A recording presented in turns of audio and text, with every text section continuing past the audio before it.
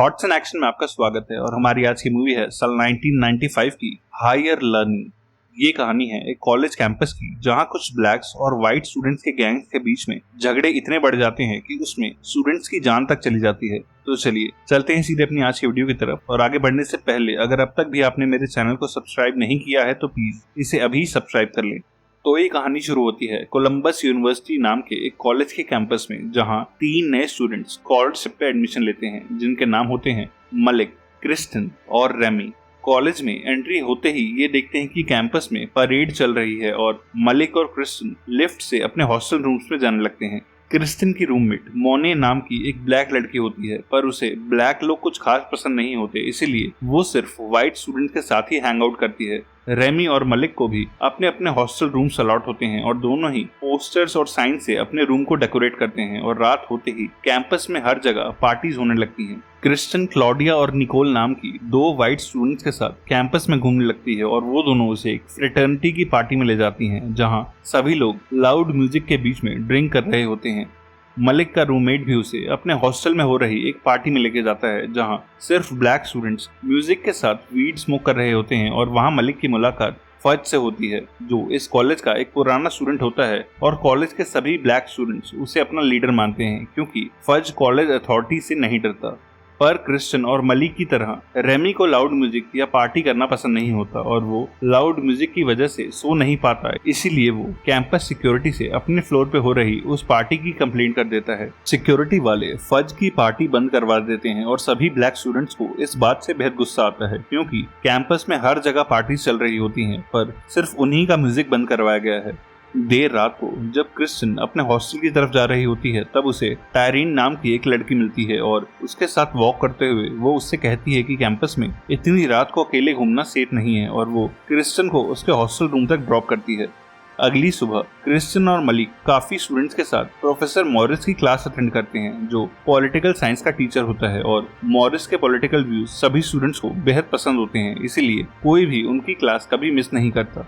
Professor Morris Malik को admission office जाने के लिए कहता है, क्योंकि उसकी कॉलेज फी में कोई प्रॉब्लम होती है। और ऑफिस जाके उसे पता चलता है कि उसकी फुल स्कॉलरशिप को हाफ कर दिया गया है, क्योंकि वो यहाँ स्पोर्ट्स कोटे से आया है। पर कॉलेज ज्वाइन करने के बाद से ही वो आज तक एक बार भी स्पोर्ट्स प्रैक्टिस पे नहीं गया है, इसलिए मलिक कॉलेज ग्राउंड में जाके एथलीट्स की टीम को ज्वाइन कर लेता है और रनिंग प्रैक्टिस करने लगता है। पर उसे रनिंग से ज्यादा अपने सब्जेक्ट्स में इंटरेस्ट होता है।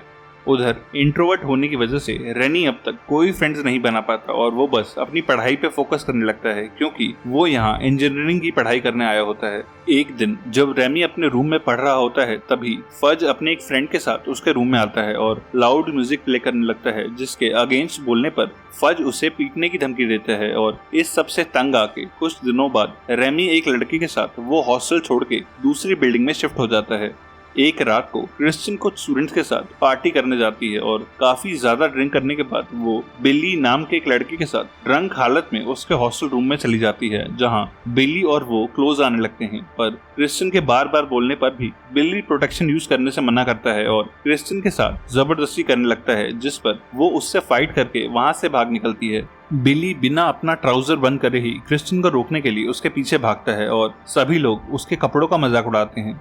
वहां से अपने रूम में आके क्रिस्टन रोने लगती है और वो अपनी रूममेट मोने को सारी बातें बताती है। पर बिली बार बार क्रिस्टन को कॉल करता रहता है और मोने फोन उठा के उससे कहती है कि क्रिस्टन को तंग ना करे, जिस पे बिली मोने को एक गंदी और रेशियल गाली देता है। और मोने क्रिस्टन को लेके फज के पास जाती है और उससे हेल्प मांगती है।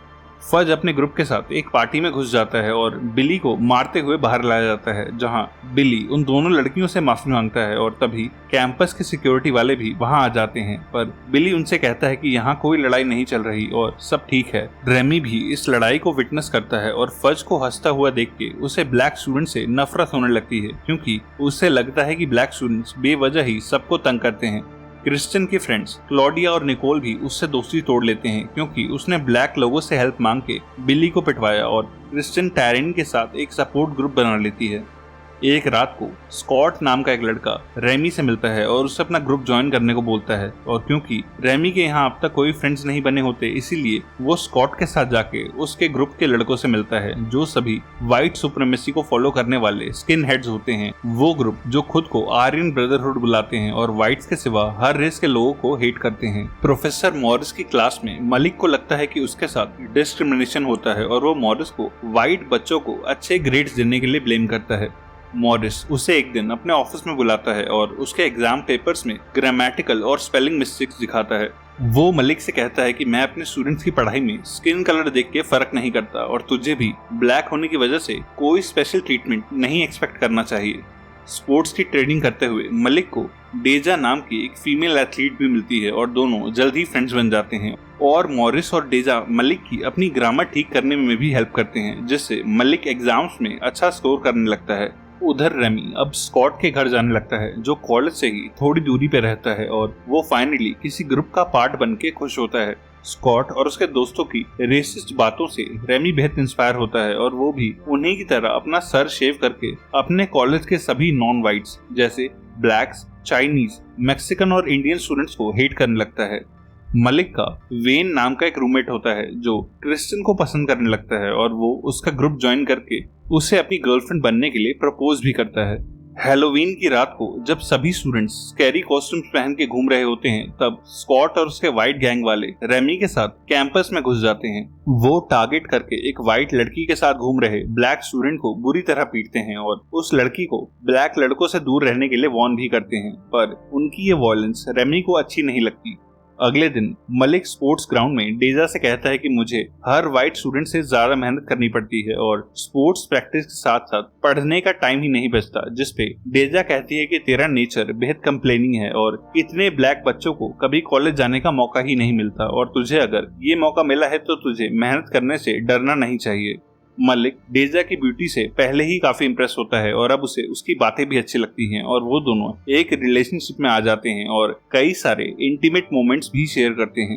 उधर स्कॉट रेमी को कुछ हथियार दिखाता है और रेमी कहता है कि उसे बचपन से ही गन फायर करनी आती है क्योंकि उसके फादर पुलिस वाले हैं और स्कॉट एक हैंड गन उसे भी दे देता है जिसे वो अपने साथ कॉलेज ले आता है। कॉलेज में क्रिस्टियन रियलाइज करती है कि टैरिन एक लेस्बियन है और वो उसके क्लोज आना चाहती है, जिस रिलेशन से बचने के लिए वो वेन को एक रिलेशनशिप के लिए हाँ बोल देती है। एक दिन जब मलिक और डेजा बात कर रहे होते हैं तब रेमी मलिक को कुछ रेशियल बातें बोल के जाने लगता है और डेजा मलिक को उससे लड़ाई करने से रोक लेती है।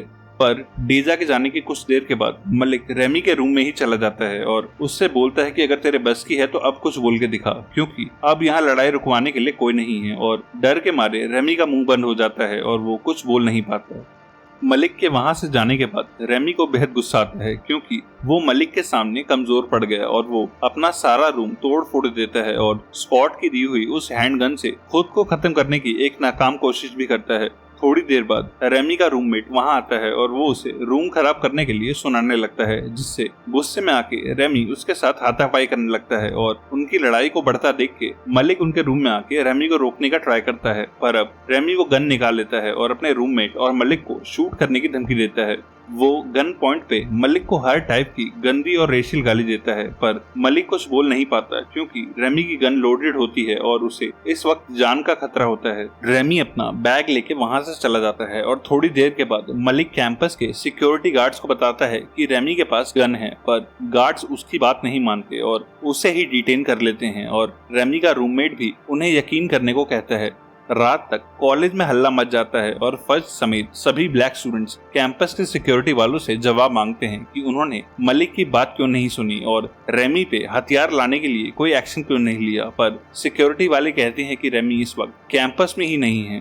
इस इंसिडेंट से मलिक बेहद इफेक्ट होता है और व्हाइट स्टूडेंट से बात करना ही बंद कर देता है और अपने रूममेट वेन से भी अलग हो जाता है क्योंकि वेन भी एक व्हाइट है। ये सब देख के क्रिस्टियन मोने के साथ डिसाइड करती है कि कैंपस में रेशियल टेंशन बढ़ती ही जा रही है, इसलिए वो एक पीस फेस्टिवल ऑर्गेनाइज करती है जहां सभी रेस के स्टूडेंट्स साथ मिल सकेंगे और वो इस इवेंट के फ्लायर्स सारे कैंपस में बांटने लगती है। इसी बीच कॉलेज कैंटीन के पास फज एक व्हाइट गैंग मेंबर को देखता है और उसे पता चलता है कि ये व्हाइट गैंग वाले यहाँ रेमी से मिलने आए हैं।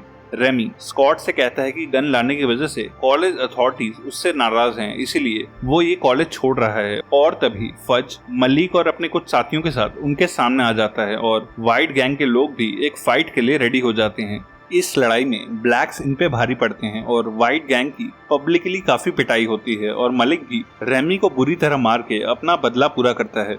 इस लड़ाई के बाद डेजा मलिक से मिलने आती है, जो फज और ब्लैक लड़कों के साथ लड़ाई की जीत को सेलिब्रेट कर रहा होता है। पर डेजा उसका चेहरा देख के उससे कहती है कि इस गैंगबाजी की वजह से वो अपने रास्ते से भटक रहा है, पर मलिक गुस्से में उसकी कोई बात नहीं सुनता।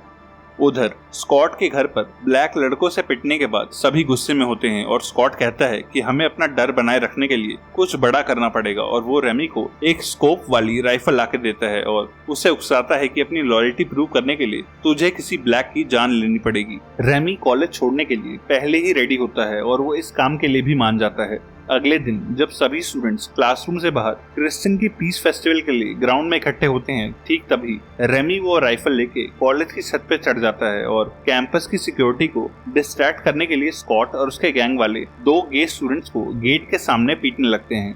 एक प्लेन की आवाज का कवर लेके रेमी फायरिंग करता है और शूटिंग से ग्राउंड में भगदड़ मच जाती है। रेमी मलिक को भी निशाना बनाता है, पर भागते हुए गोली डेजा को लगती है और वो मलिक के सामने ही अपना दम तोड़ देती है और गुस्से और रिवेंज से भरा हुआ मलिक रेमी को मारने के लिए छत की तरफ भागता है। वो रेमी को सीढ़ियों से नीचे आते हुए पकड़ लेता है और दोनों के बीच हाथापाई होने लगती है और मलिक रेमी को मारने लगता है। पर तभी पुलिस और गार्ड्स वहां आ जाते हैं और मलिक को शूटर समझ के पीटने लगते हैं और रेमी बिल्डिंग से भागने लगता है। पर पुलिस और कैंपस की सिक्योरिटी वालों ने बाहर जाने के सभी एग्जिट बंद कर दिए होते हैं और खुद को फंसता हुआ देख के रेमी गार्ड्स पे ही अपनी गन पॉइंट करता है।